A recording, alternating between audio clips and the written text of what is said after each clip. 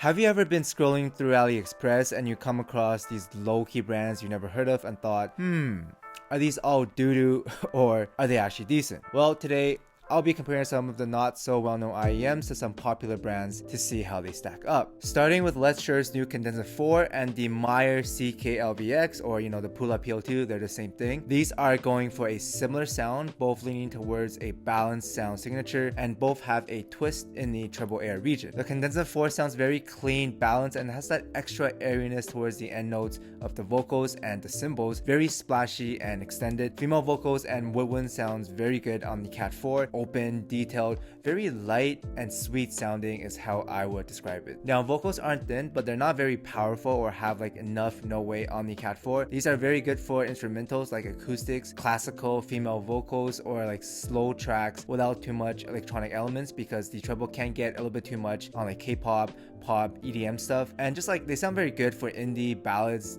Super beautiful on those, but as an all-rounder, they do lack the low end and the fullness to really be an all-rounder. It just needs more bass to be an all-rounder. The low end isn't that impactful. The bass is well controlled and separated, but it feels light, and in the background doesn't feel authoritative. It doesn't slam that well, which works for the style that they're going for, but I wouldn't recommend it for hip-hop, K-pop, rock, or anything that needs some or more low end. And as for the peak at 13K on the Cadenza 4, it doesn't actually sound as much as the graph would suggest. It's still boosted, you can still hear it, but it's not too shrill or shouty as the graph would suggest, especially at mid volume. It sounds great at mid volume. I wouldn't recommend it to scale it up because it does get sharp once you crank it up. But Super Views unit also literally graphs Harman 2019, so it could also just be a unit variance or again potential measurement thing. But either way, if you want a reference audiophile sound close to Harman or Harman 2019, then the Cadenza 4 would be a good pick. The CKLVX on the other hand is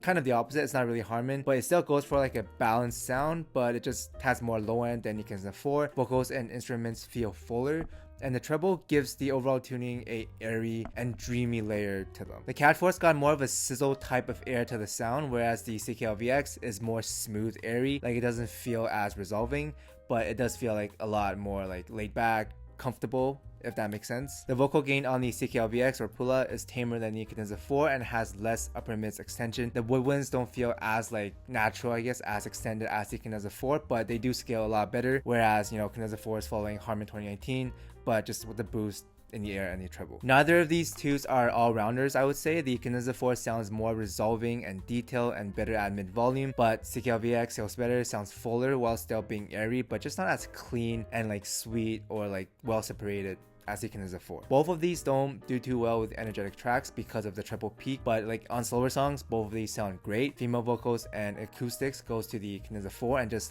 separation in general, whereas I would take the CKLVX for slow rock and indie in general because it has more low end and it gives you that dreamy feeling. But there is another MYER IEM that is an all-rounder, the SLIIVO SL401, which is a 1+4 hybrid. It's basically the Cadenza 4 but with more low end and less treble. I like it more as an all-rounder compared to these two because it's fuller in the notes while still having enough extension in the upper mids and the treble. It's not going to be as airy as both the CKLVX or the Cat 4, but it works better for more genres at the cost of not having that special sauce. Now, one potential issue with the SL41 is its vocals. The 500Hz bump plus the decreased upper mids makes the SL41 more husky. It doesn't sound as open and extended versus the Cadenza 4 or even the Nova. Not as clean and sweet with certain details missing because of the dip from 3 to 8K. But I said potential issues because some people will actually prefer this more because it's fuller, less fatiguing in the longer listening sessions because of less treble, less upper mids. But for Harman lovers, the Nova would be better. It's better extended, less peaks. It follows Harman 2019 better. But if you had enough of the regular Harman and want something different but still Harman-ish, then I would try the Cadenza 4. It's cleaner than Harman 2019, has more air, and just sounds very sweet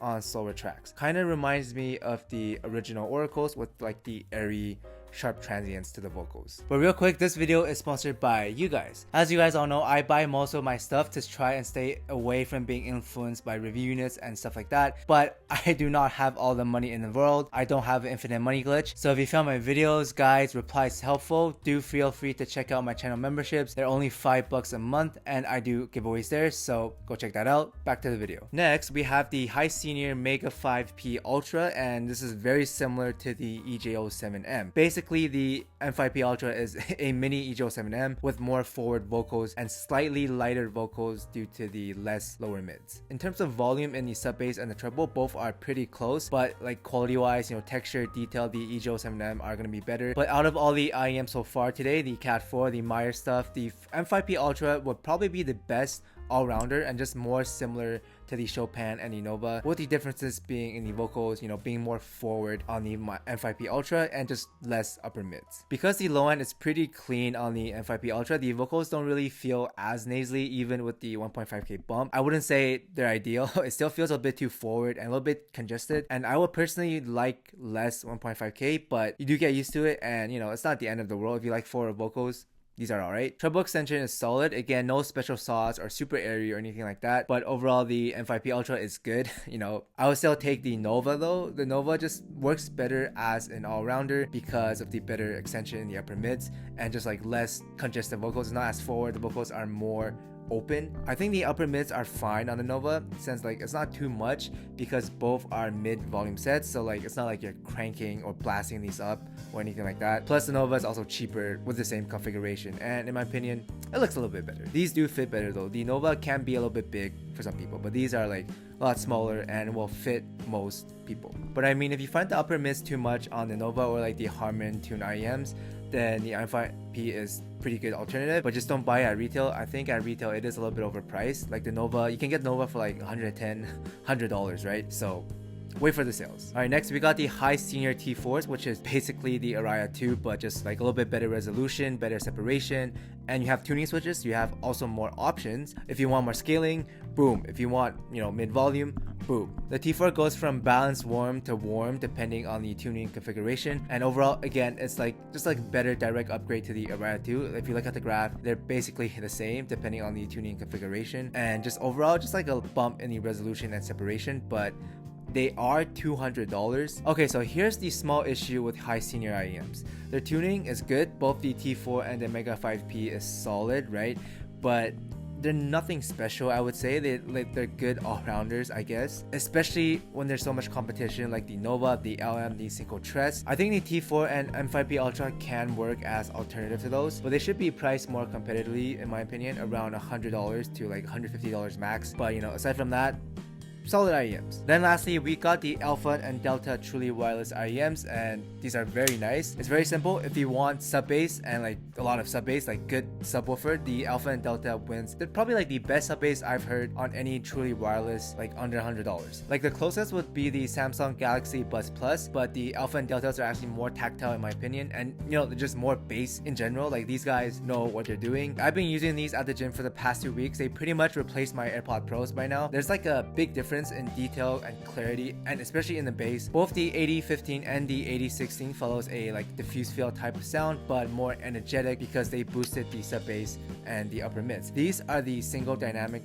driver versions, which sounds great for the gym. If you're trying to hit a PR, put these on. Now, one issue in the sound is that it can be a bit shouty in the upper mids. It's definitely not smooth as like the Galaxy Buds Plus. You can throw on some like mesh filters and you're pretty much good to go, or you have EQ, access to EQ, then you can EQ the 4K down by like 3.5 dBs. Because in terms of pure sub bass in a truly wireless, these are again the best I've heard so far, like under $100. The bass texture is really good for a truly wireless. I don't know how they did it, and for more than half the price versus like the AirPods, the Galaxy Buds, the Sonys, these are like no-brainers in my opinion if you just want bass. Like this is what the Singolo should have been. You're telling me that Alpha and Delta made a subwoofer in a truly wireless with no revolutionary BS tech, single dynamic driver by the way, but QBers and Crin couldn't do the same thing with like a wired IEM with a revolutionary tech. That's crazy. Now you do miss out on some of the convenience features like active noise cancelling, no transparency mode, and the controls aren't the best. Like it's a tap and play pause kind of thing, and sometimes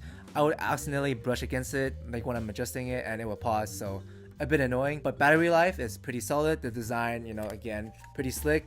The case is sturdy, made out of metal. And again, if you're looking for the best truly wireless bass under $100, these are it. Great for the gym. And if you got EQ, EQ dialed in 4K by 3.5, and these are no-brainers. Anyways, I hope you guys enjoyed this video. Slightly different format this time. I wanted to give shout out to some of like the low-key underdog IEMs.